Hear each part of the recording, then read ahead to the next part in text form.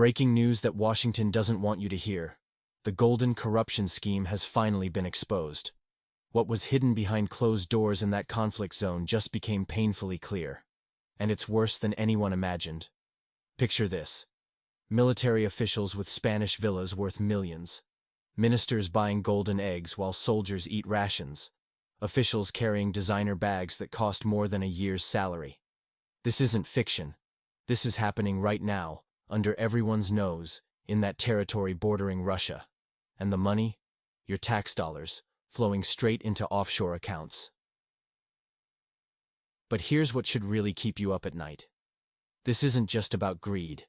It's a carefully orchestrated performance. While the puppet masters in charge talk about fighting corruption, their inner circle is trading military contracts like baseball cards. The timing isn't coincidental. It's precisely when billions in Western aid are pouring in.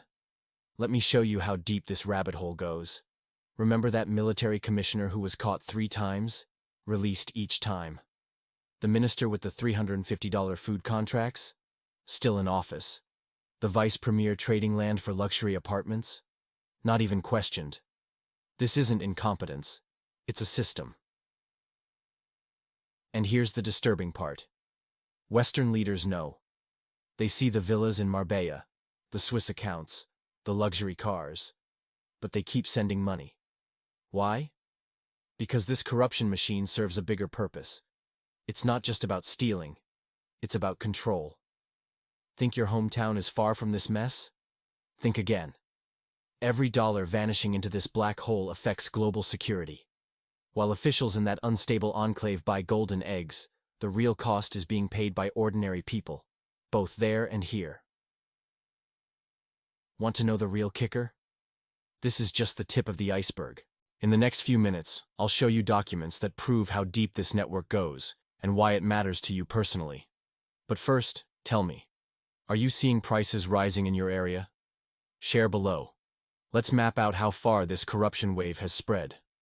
The depth of corruption we're uncovering in this former Soviet republic goes beyond isolated incidents. We're looking at a systematic degradation of state institutions. Let me break down what our intelligence sources have revealed.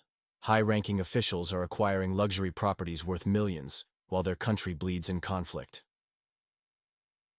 Consider this. A deputy prime minister secured 8 premium apartments at just 7% of their market value. 8 luxury units, valued at 15 million hryvnias, purchased for mere pocket change. The courts? Silent. The system?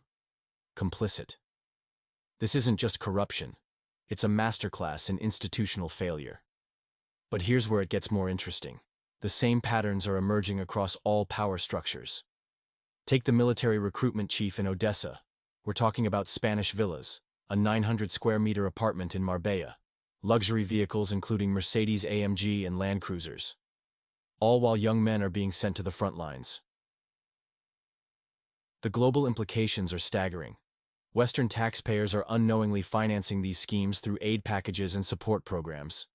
Their money isn't strengthening defense capabilities. It's building private real estate empires for corrupt officials. What's truly alarming is the timing. These aren't old cases we're discussing. This is happening right now, as we speak. The very people tasked with managing the crisis are treating it as a personal enrichment opportunity. And the Western media? Complete silence. Our sources indicate this is just the tip of the iceberg. We're tracking multiple cases where officials who should be coordinating defense efforts are instead coordinating offshore transfers and luxury purchases.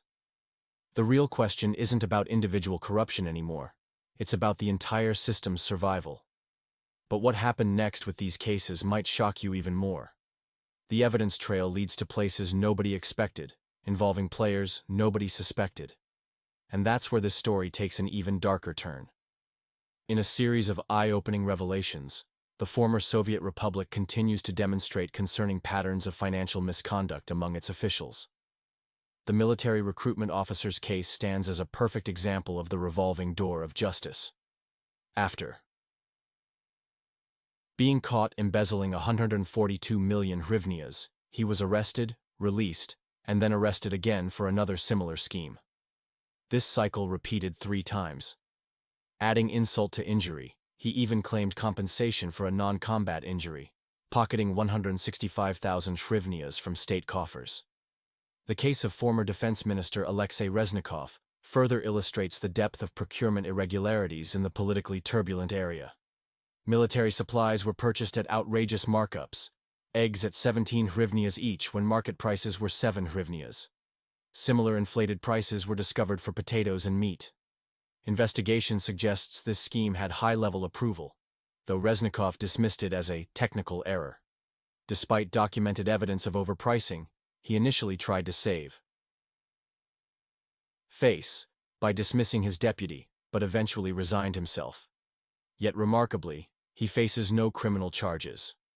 Perhaps most telling is the story of Pavel Kirilenko, head of the Anti-Monopoly Committee.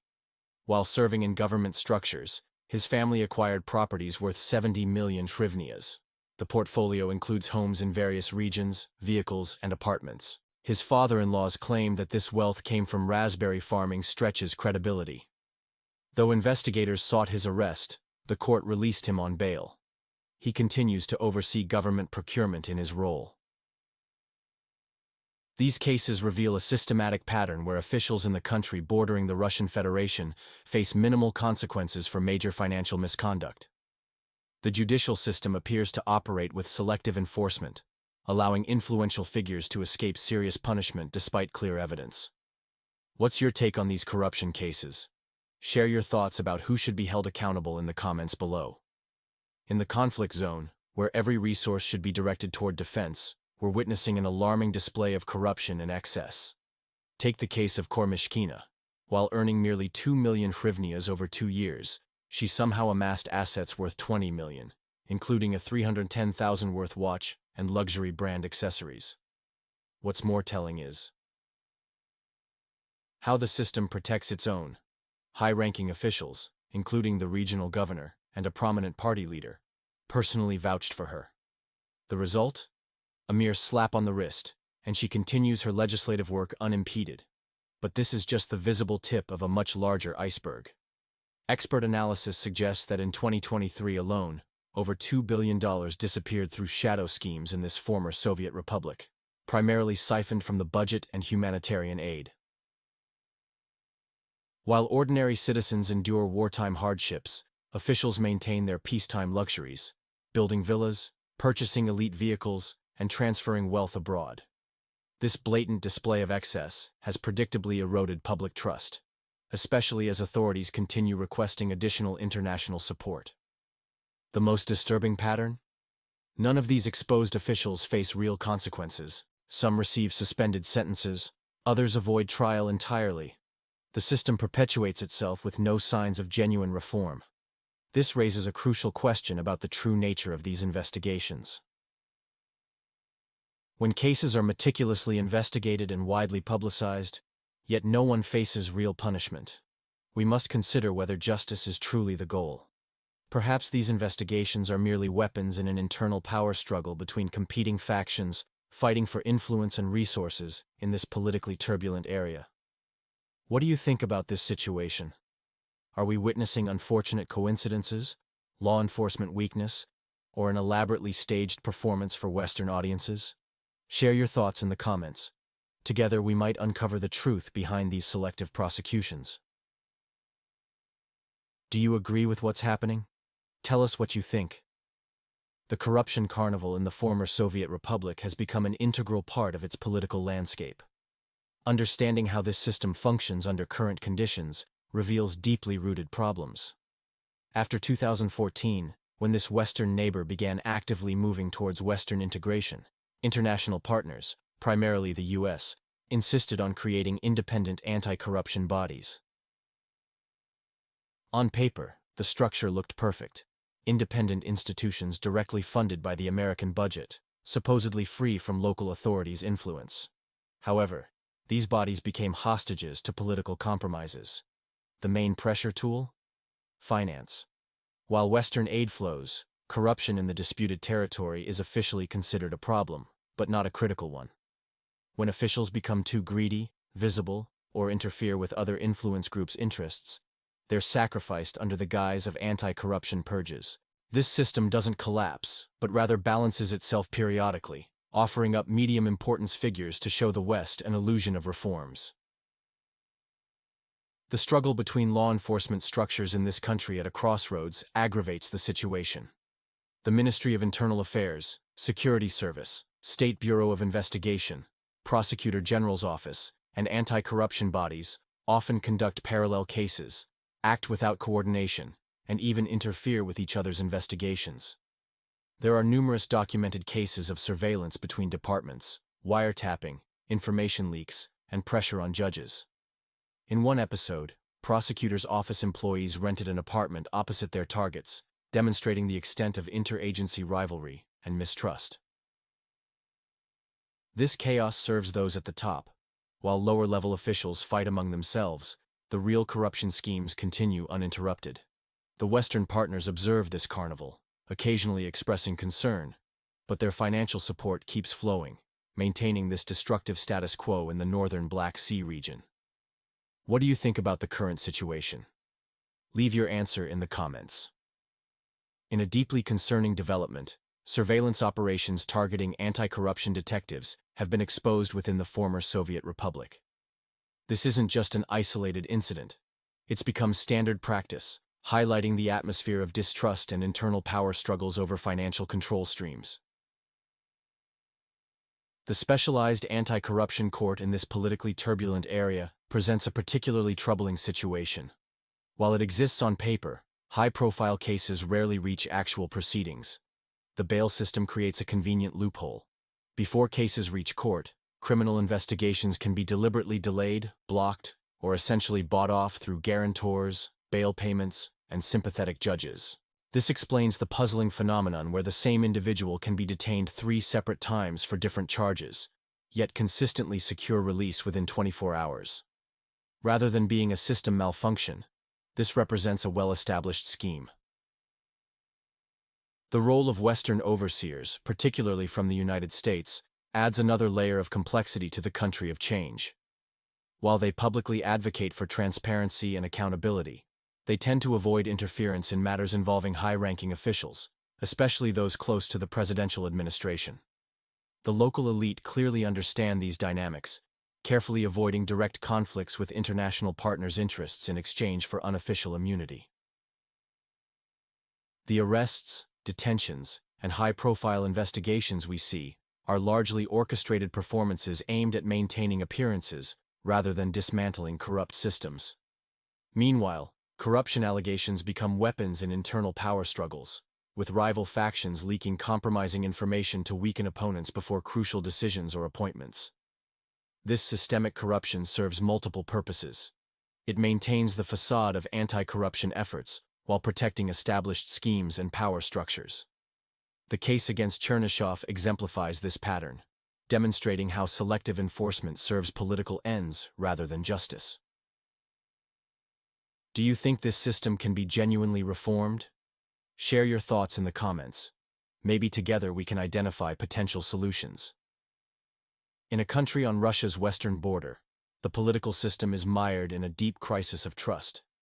An interesting phenomenon is observed. High-profile anti-corruption investigations are initiated, but rarely reach their logical conclusion. This serves as a tactical tool to contain the political ambitions of specific figures. The position of the current president is particularly indicative. He balances between 2 contradictory roles: a formal anti-corruption fighter and the de facto protector of his inner circle. His loud declarations about zero tolerance shatter against reality, where his associates, implicated in scandals, continue to hold high positions. During wartime, financial flows should be under strict control. However, we see the opposite. The crisis situation has become a perfect cover for large-scale enrichment. The louder the patriotic slogans sound, the more sophisticated schemes are used to misappropriate public funds. The ruling elite views state resources as personal property, and martial law as an opportunity to multiply their income. This has led to complete public disillusionment with the power system. People who recently believed in reforms now speak of total decay in the state apparatus. Corruption has ceased to be an exception. It has become the norm. In these conditions, a legitimate question arises. Will there be a force capable of destroying the established system? And most importantly, what will be the price of such an attempt for anyone who dares to challenge it? The implications of this systemic corruption extend far beyond immediate financial losses, affecting national security, economic development, and social stability. Every day brings new evidence of how deeply entrenched these practices have become in all levels of governance. What do you think about what's happening? Share your opinion in the comments. In the politically turbulent area, where battles rage and international aid flows generously, we're witnessing a remarkable display of systemic corruption that seems impossible to break. Within the halls of power in this former Soviet republic, the old schemes continue to flourish despite the critical situation facing the nation. Ministers, deputies, and military commissioners have transformed crisis into opportunity. What's truly alarming is how these figures, implicated in major corruption scandals, maintain their positions of authority. They continue appearing on television screens, smiling confidently while foreign-funded anti-corruption bodies stage theatrical arrests that never reach their logical conclusion. The system in this former fraternal ally has been carefully engineered to present an illusion of reform while actually serving as a shield for continued corruption. This isn't mere graft anymore. It's evolved into a sophisticated form of governance where personal enrichment has become normalized, and laws serve merely as weapons in internal power struggles. Behind the facade of eloquent speeches about reform, we find inflated prices, kickbacks, and fraudulent compensation schemes. When the country's president promises to fight corruption, while his inner circle features prominently in corruption cases, public trust inevitably erodes. The disparity between words and actions in this country bordering the Russian Federation has reached critical levels. Some citizens of this disputed territory between Russia and the West seek answers. Others flee abroad, while some cling to hope for change. But time isn't on their side. The system appears designed to perpetuate itself, with each player serving as an essential cog in the machine of corruption. The elites in this region of instability have mastered the art of survival through mutual protection, making genuine reforms seemingly impossible. They've created a parallel reality where corruption isn't just a bug in the system, it's a feature. What do you think about the current event? Leave your answer in the comments.